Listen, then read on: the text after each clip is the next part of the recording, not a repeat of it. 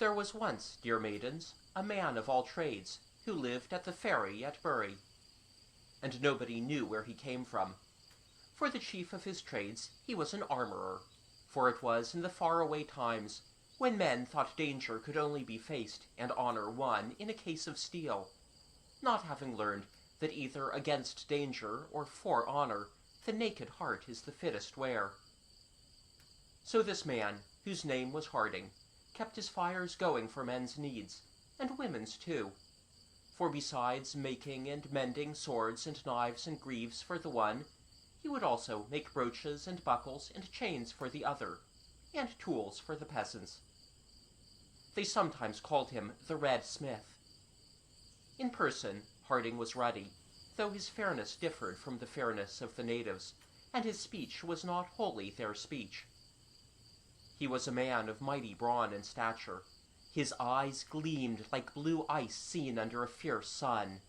The hair of his head and his beard glittered like red gold, and the finer hair on his great arms and breast overlaid with an amber sheen the red bronze of his skin. He seemed a man made to move the mountains of the world, yet, truth to tell, he was a most indifferent smith.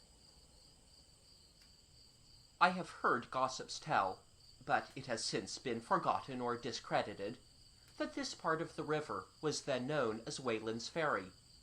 For this, it was said, was one of the several places in England where the spirit lurked of Weyland the smith, who was the cunningest worker in metal ever told of in song or story, and he had come overseas from the north, where men worshipped him as a god. No one in Bury had ever seen the shape of Weyland, but all believed in him devoutly, for this was told of him, and truly, that any one coming to the ferry with an unshod steed had only to lay a penny on the ground, and cry aloud, "Weyland Smith, shoe me my horse," and so withdraw. And on coming again, he would find his horse shod with a craft unknown to human hands, and his penny gone. And nobody thought of attributing to Harding the work of Weyland, partly because no human smith would have worked for so mean a fee as was accepted by the god, and chiefly because the quality of the workmanship of the man and the god was as dissimilar as that of clay and gold. Besides his trade in metal, Harding also plied the ferry, and then men would speak of him as the Red Boatman.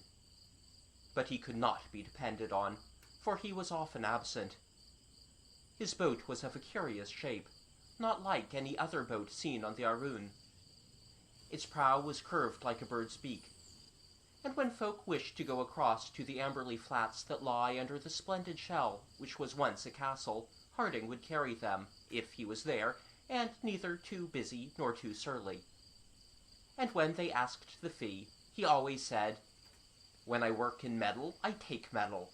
But for that which flows, I take only that which flows. So give me whatever you have heart to give, as long as it is not coin." And they gave him willingly anything they had, a flower, or an egg, or a bird's feather. A child once gave him her curl, and a man his hand. And when he was neither in his workshed nor his boat, he hunted on the hills. But this was a trade he put to no man's service. Harding hunted only for himself.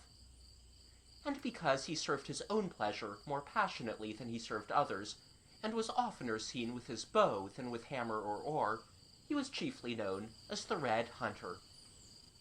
Often in the late of the year, he would be away on the great hills of Bury and Bignor and Houghton and Rule, with their beechwoods burning on their sides and in their hollows, and their rolling shoulders lifted out of those autumn fires, to meet in freedom the freedom of the clouds.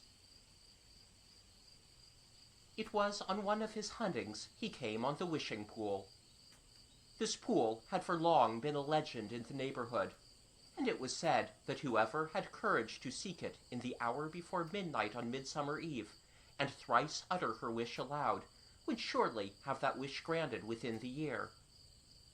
But with time it had become a lost secret, perhaps because its ancient reputation as the haunt of goblin things had long since sapped the courage of the maidens of those parts, and only great-grandmothers remembered now that once their grandmothers had tried their fortunes there, and its whereabouts had been forgotten. But one September, Harding saw a calf stag on Great Down. There were wild deer on the hills then, but such a calf he had never seen before. So he stalked it over Madehurst and Rule, and followed it into the thick of Rule Wood. And when it led him to its drinking place, he knew that he had discovered one more secret of the hills, and that this sombre mere wherein strange waters bubbled in whispers could be no other than the lost wishing pool. The young calf might have been its magic guard. To Harding it was a discovery more precious than the mere. For all that it was of the first year, with its prickets only showing where its antlers would branch in time, it was of a breed so fine, and a build so noble, that its matchless noon could already be foretold from its matchless dawn. And added to all its strength and grace and beauty was this last marvel, that though it was of the tribe of the red deer, its skin was as white and speckless as falling snow. Watching it, the red smith said to himself, "Not yet, my quarry. You are of king stock, and if after the 6th year you show 12 points, you shall be for me. But first, my heart royal, you shall get your growth." And he came away, and told no man of the calf or of the pool. And in the 2nd year he watched for it by the mere, and saw it come to drink, no longer a calf, but a lovely brocket, with its brow antlers making its first 2 points. And in the 3rd year he watched for it again, no brocket now, but a splendid spade, which to its brows had added its shooting bays. And in the 4th year the spade had become a proud young staggard, with its trays above its bays. And in the 5th year the staggard was a full-named stag, crowned with the exquisite twin crowns of its crockets, surmounting tray and bay and brow. And Harding, lying hidden, gloried in it, thinking, "All your points now but 2, my quarry, and next year you shall add the beam to the crown, and I will hunt my heart." Now, at the time when Harding first saw the calf, and the ruin of the castle across the ferry was only a ruin, not fit for habitation, it was nevertheless inhabited by the proud Rosalind, who dwelt there without kith or kin. And if time had crumbled the castle to its last nobility, so that all that was strong and beautiful in it was preserved, and as it were exposed in nakedness to the eyes of men, so in her, who was the ruins of her family, was preserved and exposed all that had been most noble, strong, and beautiful in her race. She was as poor as she was friendless, but her pride outmatched both these things. So great was her pride that she learned to endure shame for the sake of it. She had a tall, straight figure that was both strong and graceful, and she carried herself like a tree. Her hair was neither bronze nor gold nor copper, yet seemed to be an alloy of all the precious mines of the turning year, the vigorous dusky gold of November elms, the rust of dead bracken made living by heavy rains, the color of beech mast drenched with sunlight after frost, and all the layers of glory on the boughs before it fell, when it needed neither sun nor dew to make it glow. All these could be seen in different lights upon her heavy hair, which when unbound hung as low as her knees. Her thick brows were dark gold, and her fearless eyes dark gray with gold gleams in them. They may have been reflections from her lashes, or even from her skin, which had upon it the bloom of a golden plum. Dim ages since, her fathers had been kings in Sussex. Gradually their estate had diminished, but with the lessening of their worldly possessions, they burnished the brighter the possession of their honor, and bred the care of it in their children jealously. So it came to pass that Rosalind, who possessed less than any serf or yeoman in the countryside, trod among these as though she were a queen, dreaming of a degree which she had never known, ignored or shrugged at by those whom she accounted her equals, insulted or jibed at by those she thought her inferiors. For the dwellers in the neighboring hamlets, to whom the story of her father's fathers was only a legend, saw in her just a shabby girl, less worthy than themselves because much poorer, whose pride and very beauty aroused their mockery and wrath.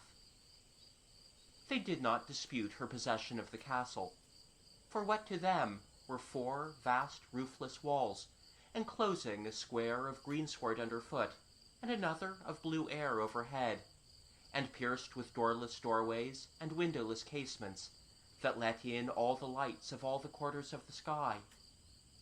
What to them were these traces of old chambers etched on the surface of the old grey stone, these fragments of lovely arches that were but channels for the winds? In the thick of the great towered gateway, one little room remained above the arch, and here the maiden slept. And all her company was the ghosts of her race. She saw them feasting in the halls of the air, and moving on the courtyard of the grass. At night in the galleries of the stars she heard their singing, and often, looking through the empty windows over the flats to which the great west wall dropped down, she saw them ride in cavalcade out of the sunset, from battle or hunt or tourney. But the peasants, who did not know what she saw and heard, preferred their snug squalor to this shivering nobility, and despised the girl who in a fallen fortress defended her life from theirs. At first she had kept her distance with a kind of graciousness, but one day in her 16th year a certain boor met her under the castle wall as she was returning with sticks for kindling, and was struck by her free and noble carriage. For though she was little more than a child, through all her rags she shone with the grace and splendor not only of her race, but of the wild life she lived on the hills when she was not in her ruins. She was as strong and fine as a young hind, and could run like any deer upon the downs, and climb like any squirrel. And the dull-sighted peasant, seeing as though for the first time her untamed beauty, on an impulse offered to kiss her and make her his woman. Rosalind stared at him like one aroused from sleep with a rude blow. The color flamed in her cheek. "You to accost so one of my blood?" she cried. "Mongrel, go back to your kennel." The lout gaped between rage and mortification, and muttering made a step towards her, but suddenly seeming to think better of it, stumbled away. Then Rosalind, lifting her glowing face, as beautiful as sunset with its double flush, rose under gold, saw Harding the red hunter gazing at her. Some business had brought him over the ferry, and on his road he had lit upon the suit and its rejection. Rosalind, her spirit chafed with what had passed, returned his gaze haughtily. But he maintained his steadfast look, as though he had been hewn out of stone, and presently, impatient and disdainful, she turned away. Then and instantly Harding pursued his way in silence, and Rosalind grew somehow aware that he had determined to stand at gaze until her eyes were lowered. Thereupon she classed his presumption with that of the other who had dared address her, and hated him for taking part against her. Near as their dwellings were, divided only by the river and a breadth of water-meadow, their intercourse had always been of the slightest, for Harding possessed a reserve as great as her own. But from this hour their intercourse ceased entirely. The boor misspread the tale of her overweening pride through the hamlet, and when next she appeared there she was greeted with derision. "This is she that holds herself unfit to mate with an honest man," cried some. And others, "Nay, do but see the silken gown of the great Lady Rosalind, see the fine jewels for her."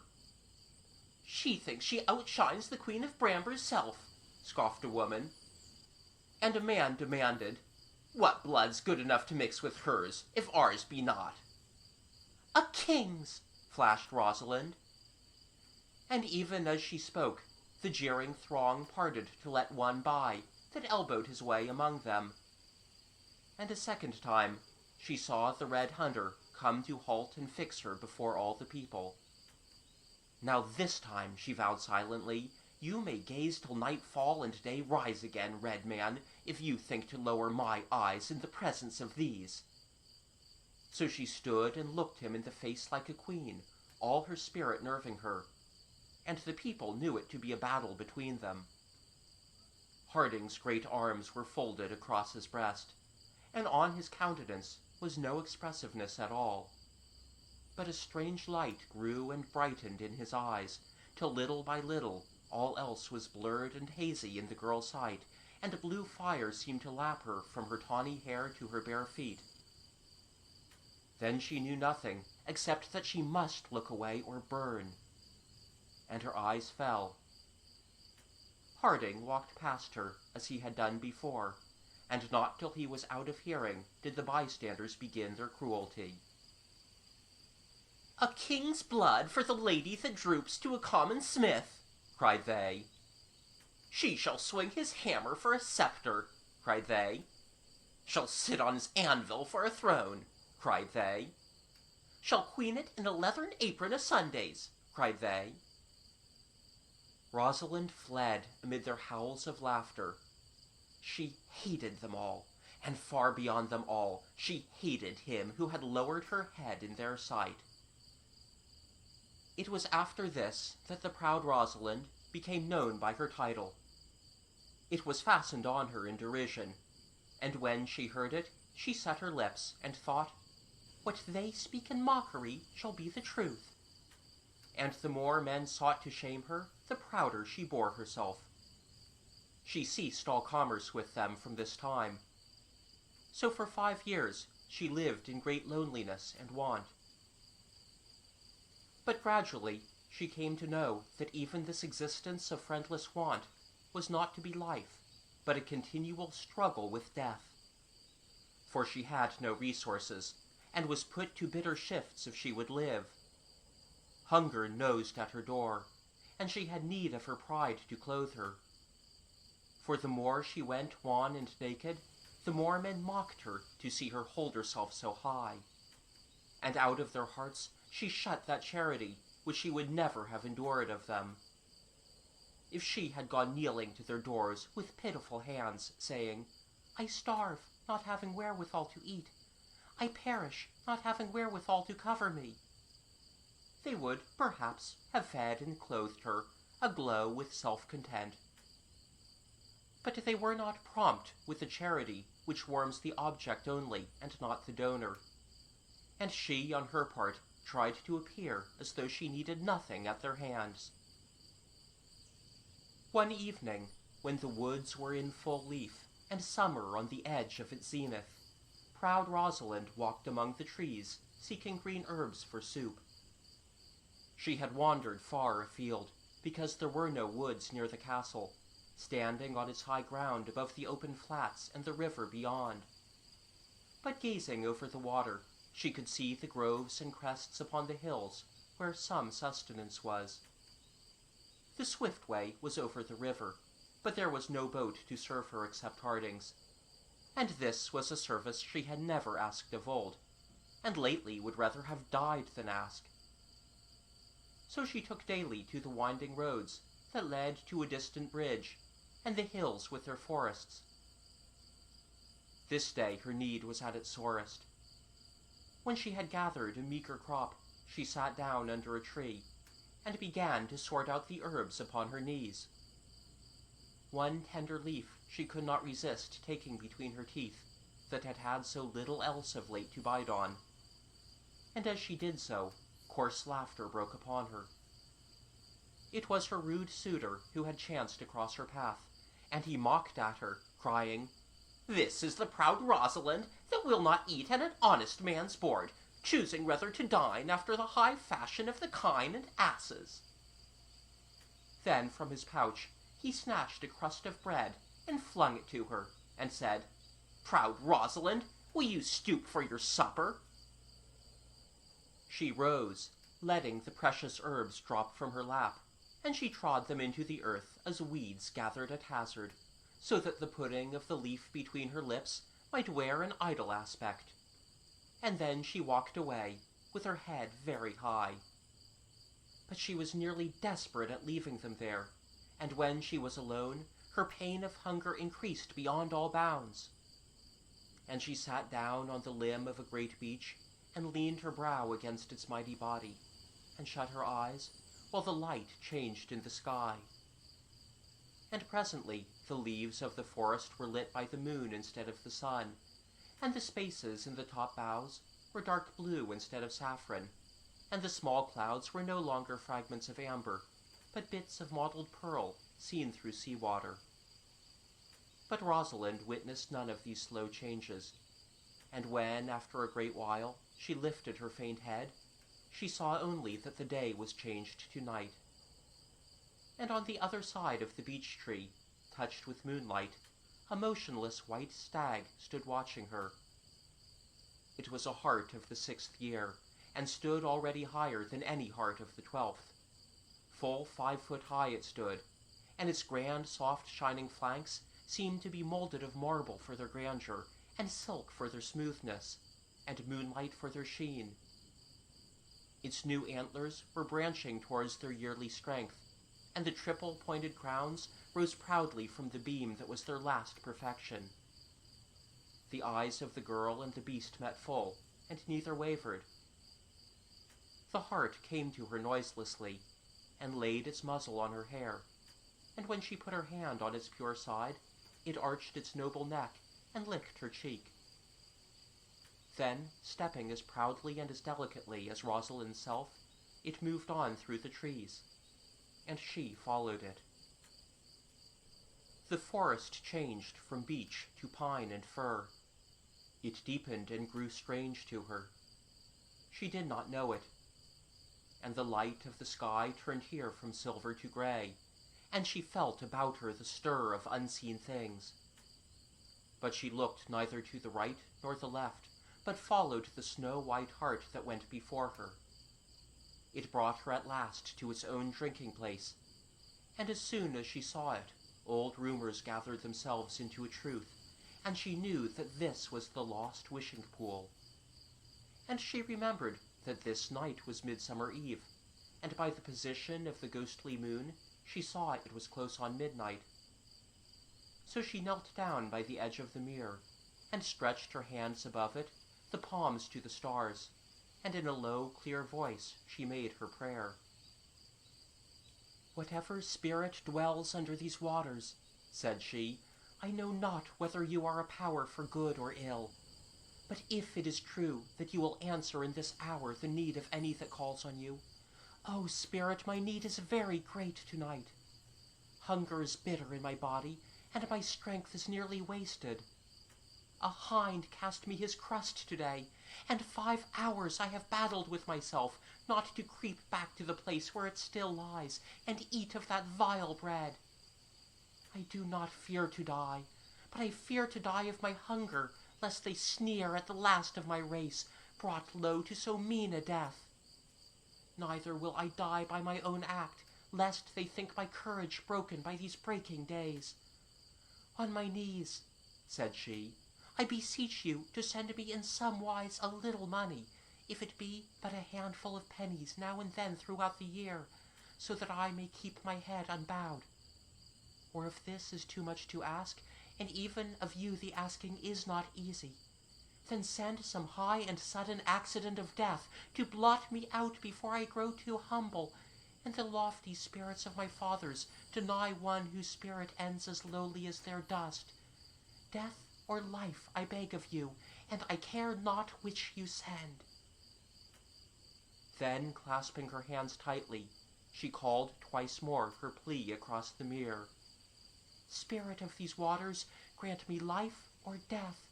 O spirit, grant me life or death." There was a stir in the forest as she made an end, and she remained stock still, waiting and wondering. But though she knelt there till the moon had crossed the bar of midnight, nothing happened. Then the white hart, which had lain beside the water while she prayed, rose silently and drank, and when it was satisfied, laid once more its muzzle on her hair, and licked her cheek again, and moved away.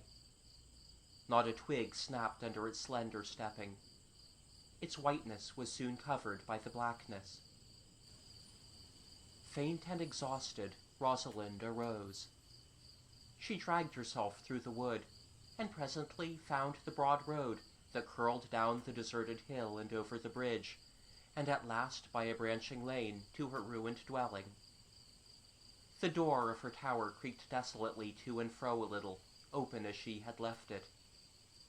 She pushed it farther ajar, and stumbled in and up the narrow stair. But the pale moonlight entered her chamber with her, silvering the oaken stump that was her table.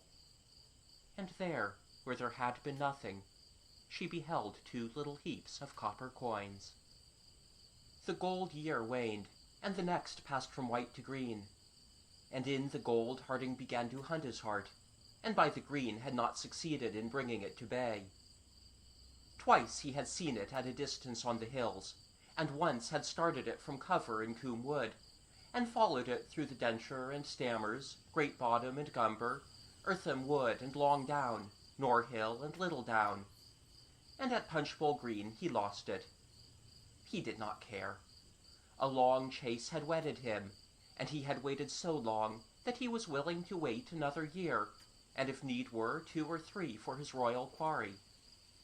He knew it must be his at last, and he loved it the more for the speed and strength and cunning with which it defied him. It had a secret lair he could never discover, but one day that secret too should be his own. Meanwhile his blood was heated, and the Red Hunter dreamed of the Hart and of one other thing.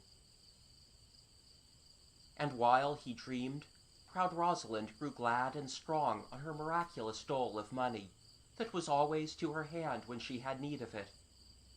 Fear went out of her life, for she knew certainly now that she was in the keeping of unseen powers, and would not lack again. And little by little she too began to build a dream out of her pride.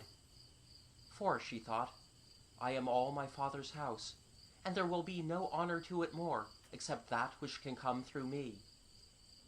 And whenever tales went about of the fame of the fair young queen of Bramber Castle, and the crowning of her name in this tourney and in that, or of the great lords and princes that would have died for one smile of her, yet her smiles came easily, and her kisses too, men said, Rosalind knit her brows, and her longing grew a little stronger, and she thought, if arrows and steel might once flash lightnings about my father's daughter, and cleave the shadows that have hung their webs about my father's hearth. She now began to put by a little hoard of pennies, for she meant to buy flax to spin the finest of linen for her body, and purple for sleeves for her arms, and scarlet leather for shoes for her feet, and gold for a fillet for her head. And so, attired at last as became her birth, one day to attend a tourney, where, perhaps, some knight would fight his battle in her name. And she had no other thought in this than glory to her dead race. But her precious store mounted slowly, and she had laid by nothing but the money for the fine linen for her robe, when a thing happened that shattered her last foothold among men. For suddenly all the countryside was alive with a strange rumor. Someone had seen a hart upon the hills, a hart of 12 points, fit for royal hunting. Kings will hunt no lesser game than this. But this of all harts was surely born to be hunted only by a maiden queen, for, said the rumor, it was as white as snow. Such a hart had never before been heard of, and at first the tale of it was not believed. But the tale was repeated from mouth to mouth, until at last all men swore to it, and all winds carried it. And amongst others, some wind of the downs bore it across the land from Aroon to Ayr, and so it reached the ears of Queen Maudlin of Bramber. Then she, a creature of quick whims, who was sated with the easy conquests of her beauty, yet eager always for triumphs to cap triumphs, devised a journey from Ader to Arun, and a great summer season of revelry to end in an autumn chase. "And," said she, "we will have joustings and dancings in beauty's honour, but she whose knight at the end of all brings her the antlers of the snow-white hart shall be known for ever in Sussex as the Queen of Beauty. Since, once I have hunted it, the hart will be hart royal." For this, as perhaps you know, dear maidens, is the degree of any hart that has been chased by royalty. However, before the festival was undertaken, the Queen of Bramber must needs know if the Arun could show any habitation worthy of her, and her messengers went, and came with a tale of a noble castle fallen into ruins, but with its 4 square walls intact, and a sward within so smooth and fair that it seemed only to await the coming of archers and dancers. So the Queen called a legion of workmen, and bade them go there, and build a dwelling in one part of the green court for her to stay in with her company. "And see it be done by midsummer," said she. "Castles, madam," said the head workman, "are not built in a month, or even in 2. "Then for a frolic we'll be commoners," said the Queen, "and you shall build on the sward not a castle but a farm." So the workmen hurried away and set to work, and by June they had raised within the castle walls the most beautiful farmhouse in Sussex, and over the door made a room fit for a queen. But alas for proud Rosalind! When the men first came, she confronted them angrily, and commanded them to depart from her father's halls. And the head workman looked at the ruin, and her rags, and said, "What halls, girl? And where are these fathers? And who are you?" and bade his men get about the Queen's work. And Rosalind was helpless. The men from the Ader asked the people of the Arun about her, and what rights she had to be where she was. And they, being unfriendly to her, said, "None. She is a beggar with a bee in her bonnet, and thinks she was once a queen because her housing was once a castle. She has been suffered to stay as long as it was unwanted, but since your queen wants it, now let her go." And they came in a body to drive her forth. But they got there too late. The proud Rosalind had abandoned her conquered stronghold, and where she lived from this time nobody knew. She was still seen on the roads and hills now and again, and once as she passed through Bury on washing day, the women by the river called to her, "Where do you live now, proud Rosalind, instead of in a castle?" And Rosalind glanced down at the kneeling women, and said in her clear voice, "I live in a castle nobler than Bramber's, or even than Amberley's. I live in the mightiest castle in Sussex, and Queen Maudlin herself could not build such another to live in." "Then you'll doubtless be making her a great entertainment there, proud Rosalind," scoffed the washers.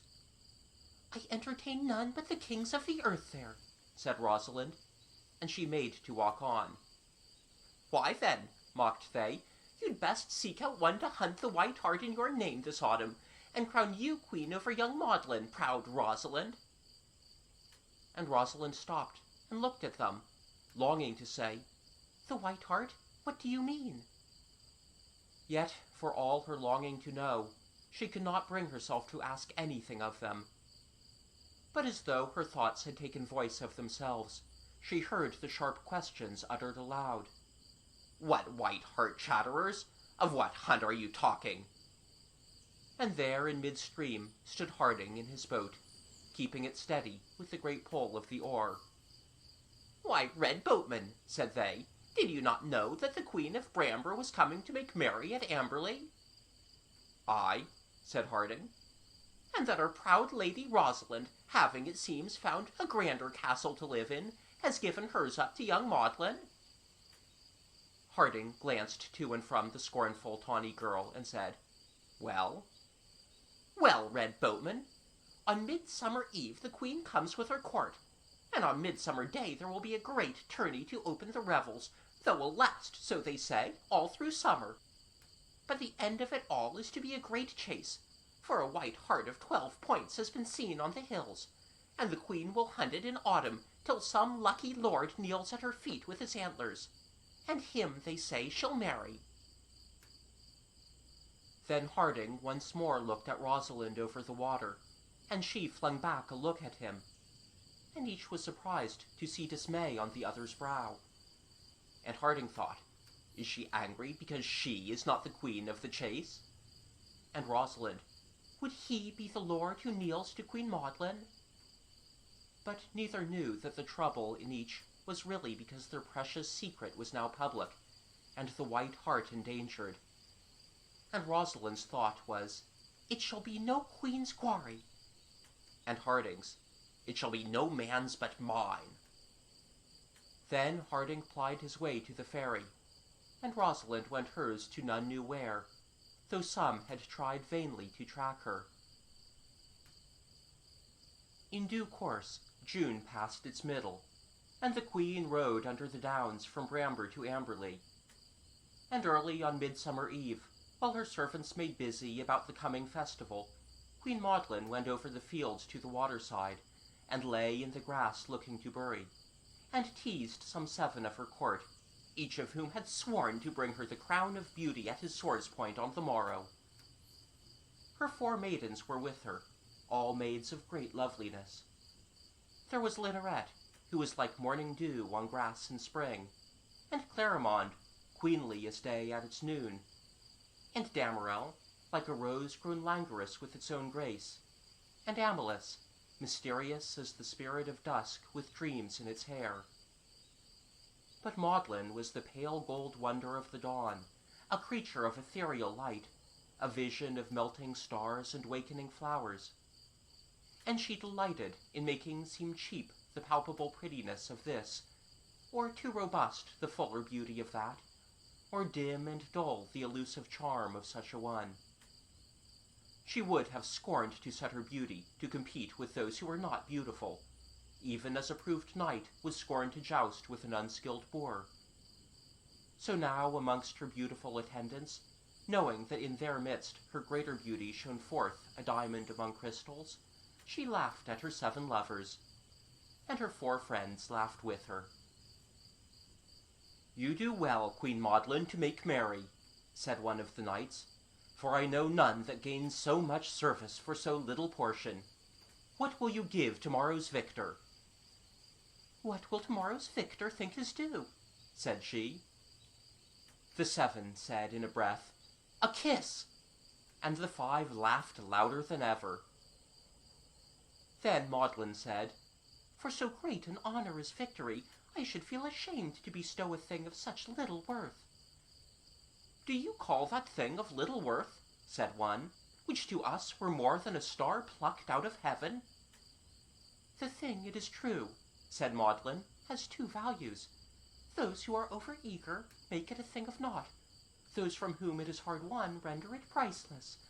But, sirs, you are all too eager. I could scatter you baubles by the hour, and leave you still desiring. But if ever I wooed reluctance to receive at last my solitary favor, I should know I was bestowing a jewel." "When did Maudlin ever meet reluctance?" sighed one, the youngest.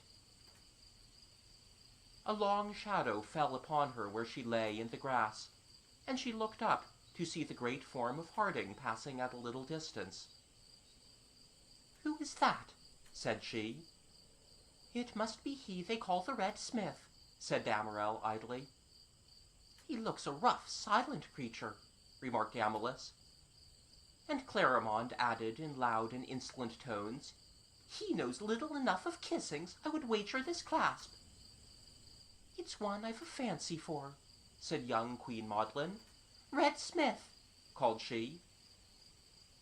Harding turned at the sweet sound of her voice, and came and stood beside her among the group of girls and knights. "Have you come from my castle?" said she, smiling up at him with her dawn-blue eyes. "Aye," he answered. "What drew you there, big man? My serving wench?" The Red Smith stared down at her light, alluring loveliness. "Serving wenches do not draw me." "What metal, then? Gold?" Maudlin tossed him a yellow disk from her purse. He let it fall and lie. No, nor gold. His eyes traveled over her gleaming locks. The things you name are too cheap, said he. Maudlin smiled a little and raised herself till she stood fair and slender, as high as his shoulder. What thing draws you, Red Smith? Steel. And he showed her a fine sword blade, lacking its hilt. I was sent for to mend this against the morrow. I know that blade, said Maudlin. It was snapped in my cause. Have you the hilt, too? In my pouch, said Harding, his hand upon it. Hers touched his fingers delicately. I will see it. He brushed her hand aside and unbuttoned his pouch, but as he drew out the hilt of the broken sword, she caught a glimpse of that within, which held her startled gaze. What jewels are those? She asked quickly. Old relics, Harding said with sudden gruffness. Show them to me. Reluctantly he obeyed, and brought forth a ring, a circlet, and a girdle of surpassing workmanship, wrought in gold thick-crusted with emeralds. A cry of wonder went up from all the maidens. There's something else, said Maudlin, and without waiting thrust her hand into the bottom of the pouch and drew out a mesh of silver. It was so fine that it could be held and hidden in her two hands, yet when it fell apart it was a garment as supple as rich silk. The four maids touched it softly and looked their longings. Are these your handicraft? Said Maudlin. Mine? Harding uttered a short laugh. Not I or any man can make such things. You are right, said Maudlin. Weyland's self might acknowledge them. Smith, I will buy them of you. You cannot give me my price. Gold, I know, does not tempt you. She smiled and came close beside him. Then do not offer it. Shall it be steel? Harding's eyes swept her flower-like beauty. Not from Queen Maudlin. True, my bid is costlier. Name it. A kiss from my mouth. At the sound of his laughter, the rose flowed into her cheek. What? A bauble for my jewel, too, eager lady? He said harshly. Do the women of this land hold themselves so light? In mine, men carve their kisses with the sword. Hark ye, young queen, set a better value on that red mouth if you'd continue to have it valued. I could have you whipped for this, said Maudlin. I do not think so, Harding answered, and stepped down the river bank into his waiting boat. I keep my clasp, said Clarimonde. 7 men sprang hotly to their feet. What's your will, Queen? Nothing, said Maudlin slowly, as she watched him row over the water. Let the smith go. This test was between him and me, and no man's business else. Well, he is of a temper to come through fire unmelted. She flashed a smile upon the 7 that made them tremble. But he is a mannerless churl. We will not think of him. Which among you would spurn my kiss? She offered her mouth in turn, and 7 flames passed over its scarlet. Maudlin laughed a little, and beckoned her watching maids. Well, she said, taking the path to the castle, he that had had strength to refuse me might have won my favor tomorrow and forever. And meanwhile, by the further river bank came Rosalind, with mushrooms in her skirt. And as she walked by the water in the evening, she looked across to her lost castle walls, and touched the pennies in her pouch, and dreamed, while the sun dressed the running flood in his royalest colors. Linen and purple and scarlet and gold, mused she, and so I might sit there tomorrow among the rest. But linen and purple, she said in scorn, what should they profit my father's house? It is no silken daughter we lack, but a son of steel." And as she pondered, a shadow crossed her, and out of his boat stepped Harding, new from his encounter with the Queen. He did not glance at her, nor she at him, but the gleam of the broken weapon he carried cut for a single instant across her sight, and her hands hungered for it. "A sword," thought she, "I but an arm to wield the sword. Nay, if I had the sword, it may be I could find an arm to wield it." She dropped her chin on her breast, and brooded on the vanishing shape of the Red Smith. "If I had been my father's son, oh," cried she, shaken with new dreams, "what would I not give to the man who would strike a blow for our house?" Then she recalled what day it was. A year of miracles and changes had sped over her life. If she desired new miracles, this was the night to ask them. So, close on midnight, proud Rosalind once more crept up to Rule Wood, and on its beechen skirts the white hart came to her. It came now as to a friend, not to a stranger, and she threw her arm over its neck, and they walked together. As they walked, it lowered its noble antlers so cunningly that not a twig snapped from the boughs, and its antlers were as beautiful as the boughs with their branches and twigs, and to each crown it had added not one but 2 more crockets, so that now its points were 16. Safe under its guard, the maiden ventured into the mysteries of the hour, and when they came to the mere, the hart lay down, and she knelt beside it with her brow on its soft panting neck, and thought awhile how she would shape her wish. And feeling the strength of its sinews, she said aloud, "O champion among stags, were there a champion among men to match you, I think even I could love him. Yet love is not my prayer. I do not pray for myself." And then she stood upright, and stretched her hands towards the water, and said again, less in supplication than command, "Spirit, you hear, I do not pray for myself. Of old, it may be, maidens often came in sport or fear to make a midsummer pastime of their love dreams. O Spirit, of love I ask nothing for myself. But if you will send me a man to strike one blow in my name that is my father's name, he may have of me what he will." Never so proudly yet had the proud Rosalind held herself as when she lifted her radiant face to the moon and sent her low clear call thrice over the mystic waters. Gloriously she stood with arms extended, as though she would give welcome to any hero stepping through the night to consummate her wish. But none came. Only the subdued rustling that had stirred the woods a year ago whispered out of the dark and died to silence. The arms of the proud Rosalind dropped to her sides. "Is the time not yet?" said she, "and will it never be? Why then, let me belong forever to the champion that strikes for me tomorrow in the lists. A sorry champion," said she, a wan smile, "yet I will hold me bound to him according to my vow. But first I must win him a sword." Then she kissed the white hart between the eyes, and said, "Go where you will. I shall be gone till daylight." And it rose up to run the moonlit hills, and she went down through the trees, and left the wishing pool to its unruffled peace. Straight down toward Sleeping Bury Rosalind went, full of her purpose, and after an hour passed through the silent village.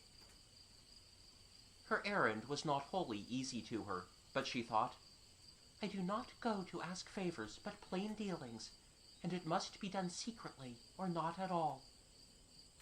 As she came near the ferry, a red glow broke on her vision. "Does the water burn?" she said, and quickened her steps. To her surprise, she saw that Harding's forge was busy. The light she had seen sprang from it. She had expected to find it locked and silent, but now the little space it held in the night was lit with fire, and resounded with a stroke of the red smith's hammer. Proud Rosalind stood fast, as though he were fashioning a spell to chain her eyes. And so he was, for he hammered on a sword. He did not turn his head at her approach, but when at last she stood beside his door and did not move away, he spoke to her. "You walk late," said he. "May not people walk late," said she, "as well as work late?" Without answering, he set himself to his task again, and heeded her no more. "Smith!" she cried imperiously. "What then?" "I came to speak with you." "Even so?" She barely heard the words for the din of his great hammer. "You are unmannerly, Smith." "Speak, then," said he, dropping his tools, "and never forget, maid, that it is not I invited this encounter."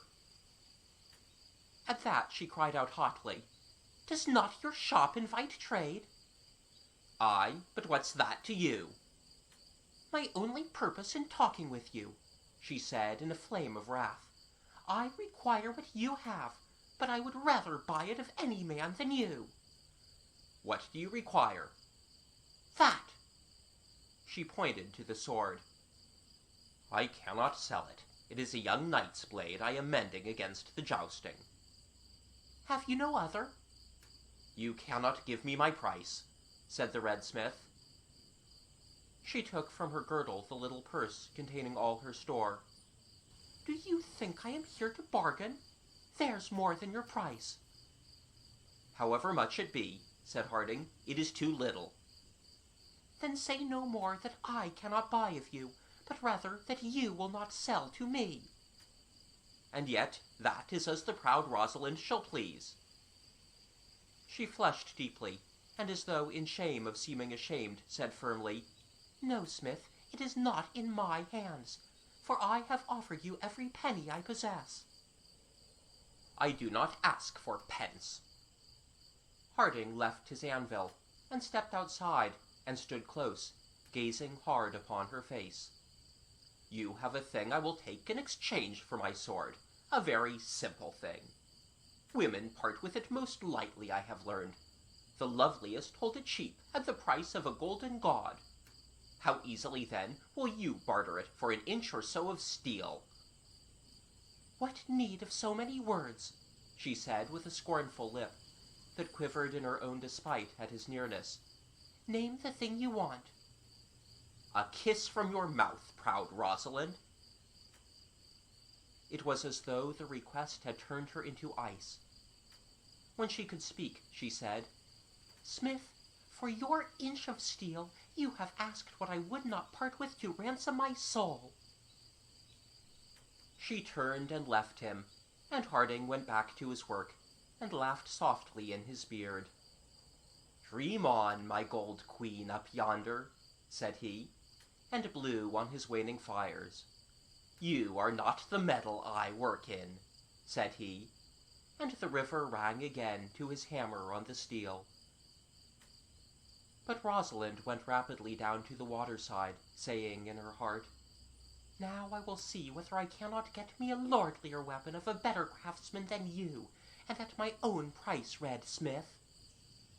And when she had come to the ferry, she laid her full purse on the bank, and cried softly into the night, "Weyland Smith, give me a sword." And then she went away for a while, and paced the fields till the first light glimmered on the east. And not daring to wait longer, for fear of encountering early risers, she turned back to the ferry. And there, shining in the dawn, she found such a blade as made the father in her soul exult. In all its glorious fashioning and splendid temper, the hand of the god was manifest. And in the grass beside it lay her purse, of its full store lightened by 1 penny piece. Now, to this tale of legends revived and then forgotten, gossips' tales of wishing pools and snow-white hearts, and a god who worked in the dark, we must begin to add the legend of the rusty night. It lasted little longer than the 3 months of that strange summer of sports within the castle walls of Amberley. It was at the jousting on Midsummer Day that he first was seen. The lists were open, and the roll of knights had answered to their names, and cried in all men's ears their ladies' praises. And 9 in 10 cried Maudlin. And as the last knight spoke, there suddenly stood in the great gateway an unknown man with his vizard closed, and his coming was greeted with a roar of laughter. For he was clothed from head to foot in antique arms, battered and rusted like old pots and pans that have seen a 12-month's weather in a ditch. Out of the merriment occasioned by his appearance, certain of the spectators began to cry, "A champion! A champion!" And others nudged with their elbows, chuckling, "It is the Queen's jester!" But the newcomer stood his ground unflinchingly, and when he could be heard, cried fiercely, "They who call me jester shall find they jest before their time. I claim by my kingly birth to take part in this day's fray, and men shall meet me to their rue." "By what name shall we know you?" he was asked. "You shall call me the Knight of the Royal Hart," he said. "And whose cause do you serve?" "Hers whose beauty outshines the 5-fold beauty in the Queen's gallery," said he. "Hers who was mistress here and wrongly ousted, the most peerless lady of Sussex, proud Rosalind." With that, the stranger drew forth and flourished a blade of so surpassing a kind, that the knights, in whom scorn had vanquished mirth, found envy vanquishing scorn. As for the ladies, they had ceased to smile at the mention of Rosalind, whom none had seen, though all had heard of the girl who had been turned from her ruin at Maudlin's whim. And that this ragged lady should be vaunted over their heads was an insult, only equalled by the presence among their shining champions of the rusty knight. For by this name only was he spoken of thereafter. Now, you may think that the imperious stranger who warned his opponents against laughing before their time might well have been warned against crowing before his. And alas, it transpired that he crowed not as the cock crows, who knows the sun will rise. For at the first clash he fell almost unnoticed, and when the combatants disengaged, he had disappeared. He was a subject for much mirth that evening, though the men rankled for his sword, and the women for a sight of his lady. But from this day there was not a jousting held in Maudlin's revels at which the rusty knight did not appear, and none from which he bore away the crown. The procedure was always the same. At the last instant he appeared in his ignominious arms, and stung the mockers to silence by the glory of his sword and his undaunted proclamation of his lady. So ardent was his manner that it was difficult not to believe him a conqueror among men, and her the loveliest of women, until the fray began, when he was instantly overcome, and in the confusion managed to escape. He was so cunning in this, that though traps were laid to catch him, he was never traced. By degrees he became, instead of a joke, a thorn in the flesh. It was the women now who itched to see his face, and the men who desired to find out the proud Rosalind, for by his repeated assertion her beauty came to be believed in, and if the ladies still spoke slightingly of her, the lords in their thoughts did not. But the summer drew to its close without unraveling the mystery. The rusty knight was never followed, nor the proud Rosalind found. And now they were on the eve of a different hunting. For now all the days were to be given up to the pursuit of the rumoured Hart, whom none had yet beheld. And Queen Maudlin said, "For a month we will hunt by day and dance by night, and if by that time no man can boast of bringing the Hart to bay, and no woman of owning his antlers, we will acknowledge ourselves outwitted, and so go back to Ader. And it may prove that we have been brought to our ruin by an idle tale to hunt a myth. But be that as it may, see to your bowstrings, for for tomorrow we ride forth." And the men laid by their swords, and filled their quivers. And in the midnight, Rosalind came once more from her secret lair to Bury, and laying her purse by the ferry, called softly, "Weyland Smith, give me a bow." And in the dawn, before people were astir, she found a bow, the unlike of any fashioned by mortal craft, and a quiver full of true arrows. And for these the god had taken his penny fee. On a lovely day of autumn the chase began, and the red deer and the red fox started from their covers, and the small rabbits stopped their kitten play on the steep warrens of the downs, and fled into their burrows. And birds whirred up in screaming coveys, and the kestrel hovered high and motionless on the watch. There was game in plenty, and many men were tempted and forgot the prize they sought. The hunt separated, some going this way and some that. And in the evening all met again in Amberley, and some had game to show, and some had none, and one had seen the Hart. When he said so, a cry went up from the company, and they pressed round to hear his tale, and it was a strange one.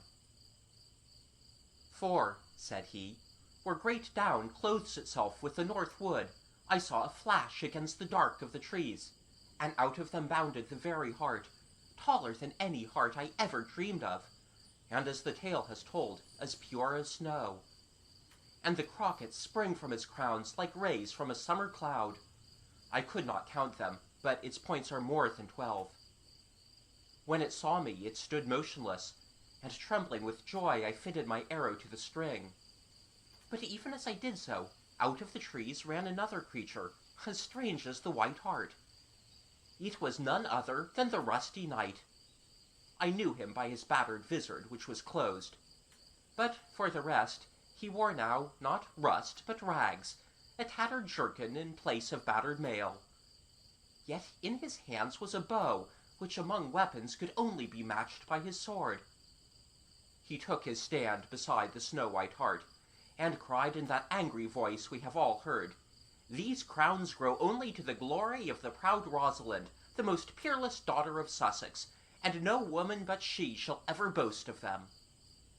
And before I could move or answer for surprise, he had set his arrow to his bow, and drawn the string back to his shoulder and let fly.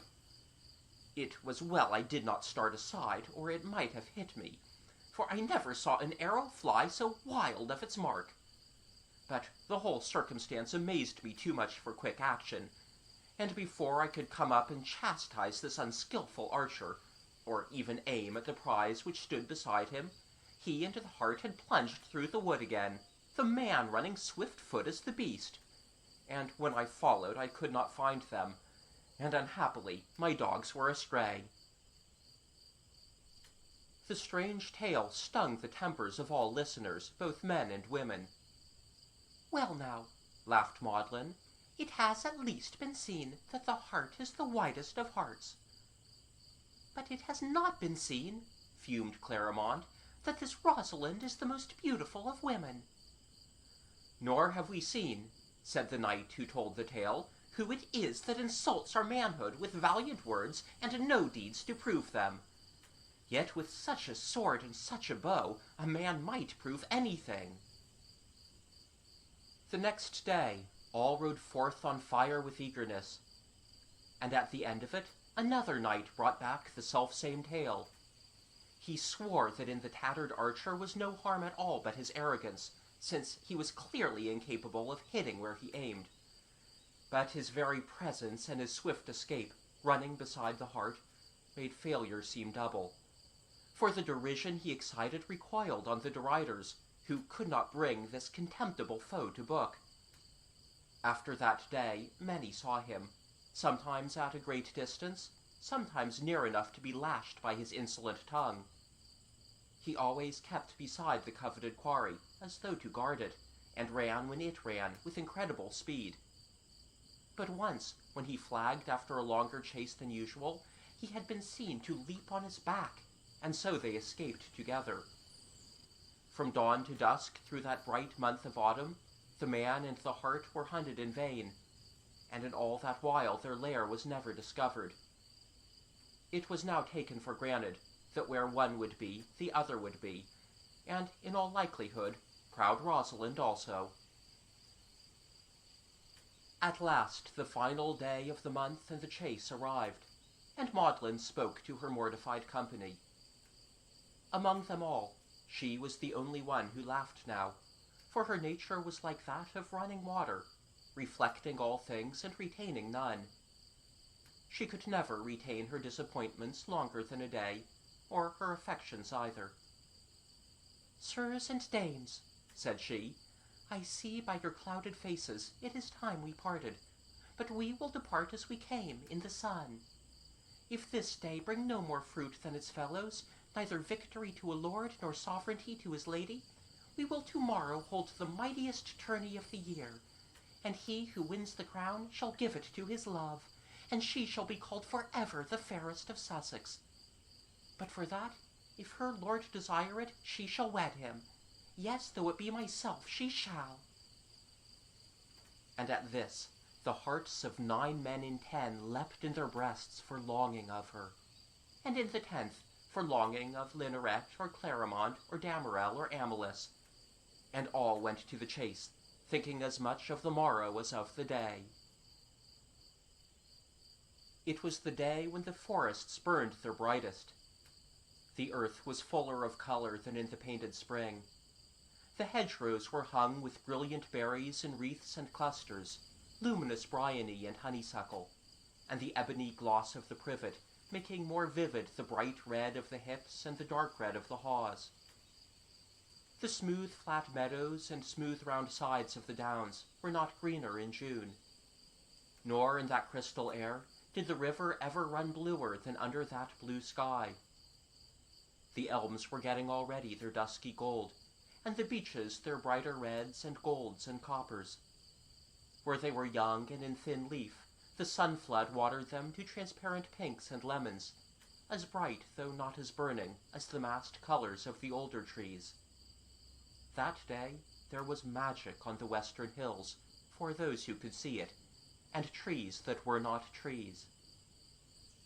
So Rosalind, who, like all the world, was early abroad, though not with all the world, saw a silver cloud, pretending to be white flowers upon a hawthorn. Never in spring sunlight had the bush shone wider. But when Maudlin rode by later, she saw, not a cloud in flower, but a flowerless tree, dressed with the new-puffed whiteness of wild clematis, its silver-green tendrils shining through their own mist. Then Rosalind saw a sunset, pretending to be a spindle-tree, scattering flecks of red and yellow light upon the ground, till the grass threw up a reflection of the tree, as a cloud in the east will reflect another in the west. But when Maudlin came riding, the spots of light upon the ground were little pointed leaves, and the sunset a little tree, as round as a clipped yew, modelled like an artist's palette, with every shade from primrose to orange and from rose to crimson. And last, in a green glade under a steep hollow overhung with ash, Rosalind saw a fairy, pretending to be a silver birch turned golden. For her leaves hung like the shaking water of a sunlit fountain, and she stood alone in the very middle of the glade, as though on tiptoe for a dance. And all the green trees that had retreated from her dancing floor seemed ready to break into music, so that Rosalind held her breath, lest she should shatter the moment and the magic, and stayed spellbound where she was. But an hour afterwards, Maudlin, riding the chalky ledge on the ash-grown height, looked down on the same sight, and uttered a sharp cry. For she saw no fairy, but a little yellowing birch, and under it the snow-white Hart with the rusty knight beside him. Then all the company with her echoed her cry, and the forest was filled with the round sounds of horns and belling hounds. And while in great excitement men sought a way down into the steep glen, the Hart and his ragged guard had started up, and vanished through the underworld of trees. The hue and cry was taken up. Not one or two, but 50 had now seen the quarry and panted for the glory of the prize. And so, near the very beginning of the day, the chase began. The scent was found and lost and found again. The stag swam the river twice, once at Southstoke and once at Houghton Bridge, and the man swam with it. And then, keeping over the fields, they ran up Coombe and went west and north, over Bignor Hill and Farm Hill, through the kennels and Tegleys. They were sighted on Lamley and lost in Charlton. They were seen again on Hayshot and vanished in Harringdean Copse. They crossed the last high road in Sussex and ran over Lynchdown and Treyford nearly into Hampshire. And there the quarry turned and tried to double home by Windon Wood and Cotworth Down.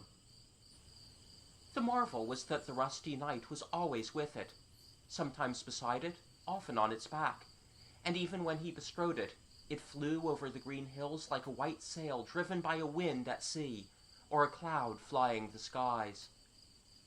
When it doubled, it had shaken off the greater part of the hunt, but through Wellhanger and over Leven some followed it still. In the woods of Milcombe, only the 7 knights who most loved Maudlin remained staunch, and they were spurred by hope, because when they now sighted it, it seemed as though the Hart began to tire, and its rider drooped. Their own steeds panted, and their dogs' tongues lolled. But over the dells and rises, woods and fields, they still pressed on, exulting that they of all the hunt remained to bring the weary gallant thing to bay. Once more they were in the home country, and the day was drawing to a glorious close. In the great woods of Rule, the Hart tried to confuse the scent and conceal itself with its spent comrade, but it was too late, for it too was nearly spent. Yet it plunged forward to the ridge of Arundel, with its high fret of trees like harp strings, filled with the music of the evening sky. And here again, among the dipping valleys, the quarry sought to shake off the pursuit, but as vainly as before. In that exhausted close for hunters and hunted, the first had triumph to spur the last of their strength, and the second despair to eke out theirs. At Whiteways the Hart struck down through a secret dip into the loveliest hidden valley of all the downs, and descending after it, the knights saw suddenly before them a great curve of the steely river, lying under the sunset like a scimitar dyed with blood. And in a last desperate effort, the Hart swerved round a narrow footway by the river, and disappeared. The knights followed shouting with their baying dogs, and the next instant were struck mute with astonishment. For the narrow wooded path by the water suddenly swung open into a towering semicircle of dazzling cliffs, uprising like the loftiest castle upon earth. Such castles as heaven builds of gigantic clouds, to scatter their solid piles with the wind again. But only the hurricanes of the first day or the last could bring this mighty pile to dissolution. The forefront of the vast theatre was a perfect sward, lying above the water like a green half-moon. Beyond and around it, small hills and dells rose and fell in waves, until they reached the brink of the great cliffs. At the further point of the semicircle, the narrow way by the river began again, and steep woods came down to the water, cutting off the north. And somewhere, hidden in the hemisphere of little hills, the Hart was hidden, without a path of escape. The men sprang from their horses, and followed the barking dogs across the sward. At the end of it, they turned up a neck of grass that coiled about a hollow like the rim of a cup. It led to a little plateau ringed with bushes and smelling sweet of thyme. At first it seemed as though there were no other ingress, but the dogs nosed on, and pointed to an opening through the thick growth on the left, and disappeared with hoarse wild barks and yelps, and their masters made to follow. But at the same instant they heard a voice come from the bushes, a voice well known to them, but now it was exhausted of its power, though not of its anger. "This quarry and this place," it cried, are sacred to the proud Rosalind, and in her name I warn you, trespassers, that you proceed at your peril." At this, the 7 knights burst into laughter, and one cried, "Why, then, it seems we have brought the lady to bay with the Hart. A double quarry, friends. Come, for the dogs are full of music now, and we must see the kill." As they moved forward, an arrow sped far above their heads. Then a second man cried, "We could shoot into the dark more surely than this clumsy marksman out of it. Let us shoot among the trees and give him his deserts. And after that, let nothing hold us from the dogs, for their voices turn the blood in me to fire." So each man plucked an arrow from his quiver. And as he fitted it, lo, with incredible swiftness, 7 arrows shot through the air, and one by one each arrow split in two a knight's yew-bow. The men looked at their broken bows amazed, and as they looked at each other, the dogs stopped baying, one by one. One of the knights said, breathing heavily, "This must be seen to. The man who could shoot like this has been playing with us since midsummer. Let us come in and call him to account, and make him show us his proud Rosalind." They made a single movement towards the opening. At the same moment, there was a great movement behind it, and they came face to face with the Hart Royal. It stood at bay, its terrible antlers lowered. Its eyes were danger lights as red as rubies, and the 7 weaponless men stood rooted there, and one said, "Where are the dogs?" But they knew the dogs were dead. So they turned and went out of that place, and found their horses, and rode away. And when they had gone, the Hart too turned again, and went slowly down a little slipping path through the bushes, and came to the very inmost chamber of its castle, a round and roofless shrine, walled half by the bird-haunted cliffs, and half by woods. Within on the grass lay the dead hounds, each pierced with an arrow, and on a boulder near them sat the rusty knight, with drooping head and body, regarding them through the vizard he was too weary to raise. He was exhausted past bearing himself. The Hart lay down beside him, as exhausted as he. But a sound in the forest that thickly clothed the cliff made both look up. And down between the trees, almost from the height of the cliff, climbed Harding the Red Hunter, bow in hand. He strode across the little space that divided them still, and stood over the rusty knight and the white Hart Royal, and both might have been petrified, for neither stirred. After a little, Harding began to speak. "Are you satisfied, rusty knight," said he, "with what you have done in proud Rosalind's honor?" The rusty knight did not answer. "Did ever lady have a sorrier champion?" Harding laughed roughly. "She would have beggared herself to get you a sword. And she got you a sword, the like of which no knight ever had before. And how have you used it? All through a summer you have brought laughter upon her. She would have beggared herself again to get you a bow that only a god was worthy to draw. And how have you drawn it? For a month you have drawn it to men's scorn of her and of you. You have cried her praises only to forfeit them. You have vaunted her beauty and never crowned it. And what have you got for it?" The rusty knight was as dumb as the dead. Harding stepped closer. "Shall I tell you, rusty knight, what you have got for it? Last midsummer eve by the wishing pool, the proud Rosalind forswore love if heaven would send her a man to strike a blow in her name for her father's sake. She did not say what sort of man or what sort of blow. She asked in her simplicity only that a blow should be struck.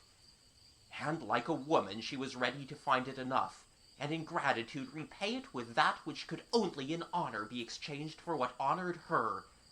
Yet I myself heard her swear to hold herself bound to the sorry champion who should strike for her in the tourney. and you struck and fell. Did you tell her you fell when you came to her crownless? And how did she crown you for your fall, rusty knight?" The knight sprang to his feet and stood quivering. "That moves you," said Harding, "but I will move you more. The proud Rosalind is not your woman. She is mine.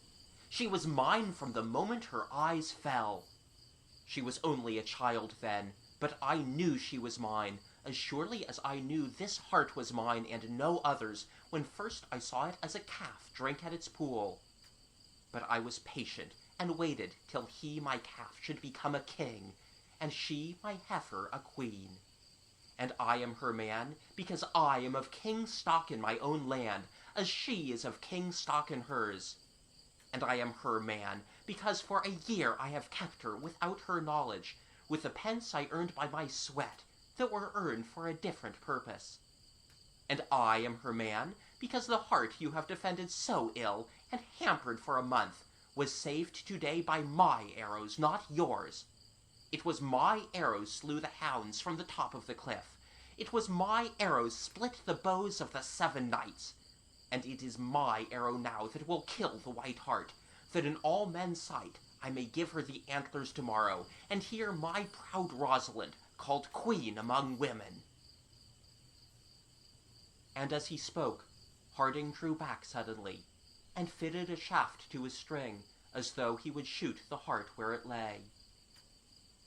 But the rusty knight sprang forward, and caught his hands, crying, "Not my heart! You shall not shoot my heart!"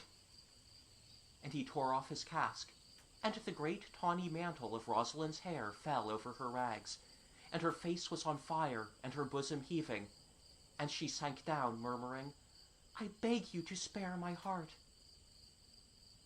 But Harding, uttering a great laugh of pride and joy, caught her up before she could kneel, saying, "Not even to me, my proud Rosalind." And without even kissing her lips, he put her from him, and knelt before her, and kissed her feet. The tale that Harding had to tell proud Rosalind was a long one, but I will make as short of it as I can. He told her how in his own country he was sprung of the race of Weyland, who was a god and a king and a smith all in one. But he had been ill-used and banished, and had since haunted England, where men knew him as Weyland, and he did miracles. But in his own northern land his strain continued, until Harding's father, a king himself, was, like his ancestor, defeated and banished, and crossed the water with his young son, and a chest of relics of old Weyland's work, a ring, a girdle, a crown, and a silver robe, a sword and bow which Rosalind knew already, and other things as well. And the boy grew up, filled with the ancient wrongs of his ancestor, and he went about the country seeking Weyland's haunts. And wherever he found them, he found a mossy legend, neglected and unproved, of how the god worked, or had worked, for any man's pence, and put his divine craft to laborer's service. And as in Rosalind the dream had grown of building up her father's honor again, so Harding had from boyhood nursed his dream of establishing that of the half-forgotten god. And he, who had inherited his ancestors' craft in metal, coming at last through Sussex, settled at Bury, where the legend lay on its sick-bed. And he set up his shop by the ferry, so that he might doctor it. And there he did his work in 2 ways. For as the Red Smith he did such work as might be done better by 100 men. But as Weyland he did what could only have been done better by the god. And the toll he collected for that work he saved, year in, year out, till he should have enough to build the god a shrine. And leaving this visible evidence behind him, he meant to depart to his own land, and let the faith in Weyland wax of itself. And then Harding told Rosalind how he had first seen the hart when it was a calf 6 years before at midsummer, and how it had led him to the wishing pool, and he had marked it for his own, and how in the same year he had first noticed Rosalind, a girl not yet 16, and for the fire of kings in her that all her poverty could not extinguish, chosen her for his mate. And year by year, said Harding, I watched to see whether the direst want could bring you to humbleness, and saw you only grow in nobleness. And year by year I lay in wait for my 4-footed quarry each midsummer eve beside the wishing pool, and saw it grow in kingliness. And last year, as you know, I saw you come to the pool beside the Hart, and heard you make your high prayer for life or death. And if I had not been able to give you the life, I would have given you the death you prayed for. But I went before you, and going by the ferry, put my old god's money in your room before you could be there. And from time to time I robbed his store to keep you. But when in spring they drove you from the castle, I did not know where to find you, and I hunted for your lair as I hunted for the Hart's, and never knew they were the same. Then this year came the wishing time again, and lying hidden I heard you cry for a man to strike for you. And I was tempted then to reveal myself, and make you know to what man you were committed. But I decided that I would wait, and strike for you in the tourney, and come to you for the first time with a crown. And so I went back to the ferry, and set to work, and to my amazement you followed me, and for the first time of your own will addressed me. I wondered whether you had come to be humbled before your time, and if you had been, I would have let you go forever. But when you spoke with scorn, as to a servant who had once forgotten himself so far as to play the man to you, I laughed in my heart, and prized your scorn more dearly than your favor, and said to myself, tomorrow she shall know me for her man. But when you went down to the water, and made your demand of Weyland, for his sake and yours, I was ready to give you a weapon worthy of your steel. So I gave you the god's own sword, and waited to see what use you would make of it. And you made as ill a use as after you made of the god's bow. And while men spoke betwixt wrath and mockery of the rusty knight, I loved more dearly that champion who was doing so ill so bravely for a championless lady. Then Harding looked her steadily in the eyes, and though her face was all on fire again, as he alone had power to make it, she did not flinch from his gaze.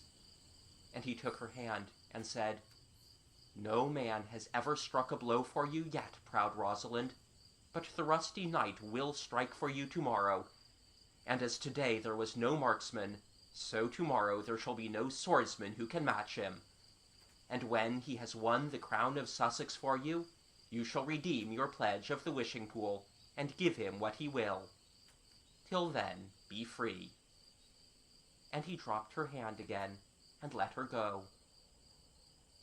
She turned, and went quickly into the bushes, and soon she came out bearing the miserable arms of the rusty knight, and the glorious sword. These are all that were in my father's castle for many years, she said, and I took them when I went away, and the White Hart brought me to his own castle. But though these are big for me, they will be small for you. And Harding looked at them, and laughed his short laugh. The cask alone will serve, he said. By that and the sword men shall know me.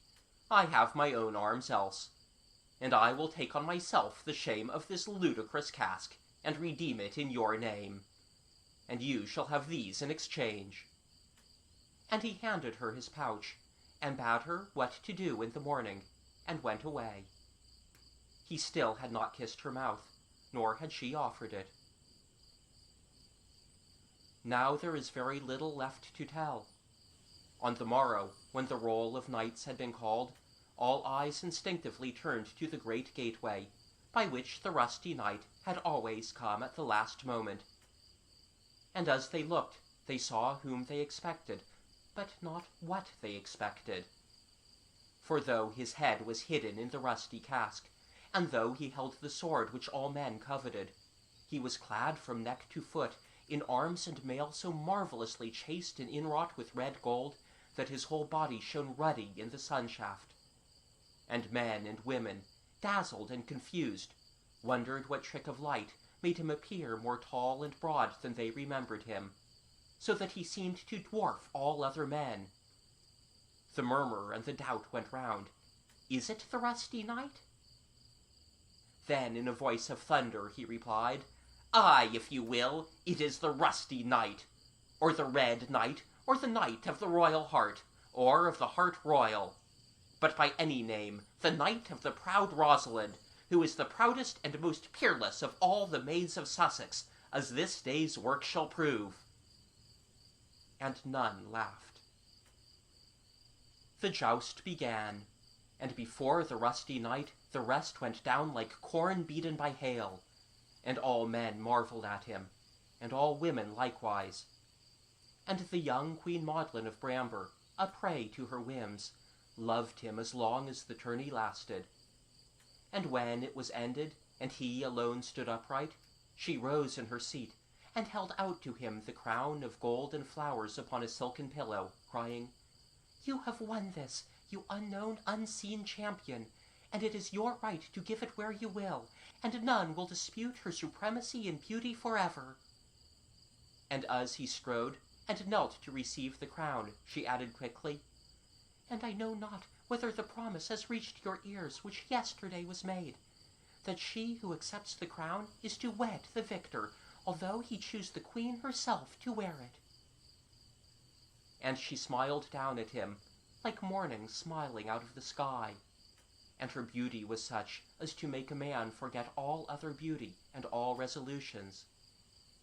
But Harding took the crown from her, and touched her hand with the rusty brow of his casque, and said, "A queen will wear it, for my lady's fathers were once kings of Amberley." Then Maudlin stamped her foot as a butterfly might, and cried, "Where is this lady, whom you keep as hidden as your face?"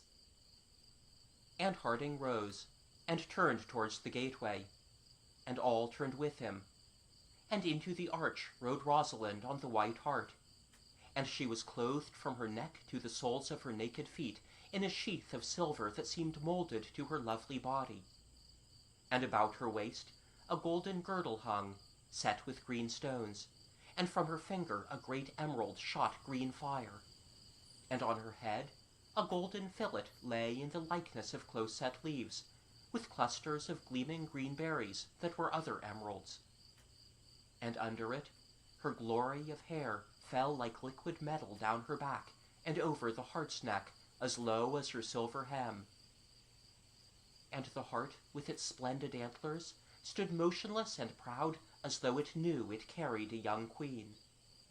But indeed, men wondered whether it were not a young goddess. And so, for a very few moments, this carven vision of gold and silver and ivory and molten bronze and copper and green jewels stood in their gaze. And then Harding bore the crown to her, and knelt, and stood up again, and crowned her before them all, and laying his hand upon the white hart's neck, moved away with it and its beautiful rider through the gateway, and no one moved or spoke or tried to stop them. But by the footway over the water meadows they went, and at the river's edge found Harding's broad flat boat with the bird's beak. And Harding said, "Will you come over the ferry with me, proud Rosalind?" And Rosalind answered, "What is your fee, red boatman?" Then Harding answered, "For that which flows, I take only that which flows." And Rosalind, stooping of her own accord from the white hart's back, kissed him.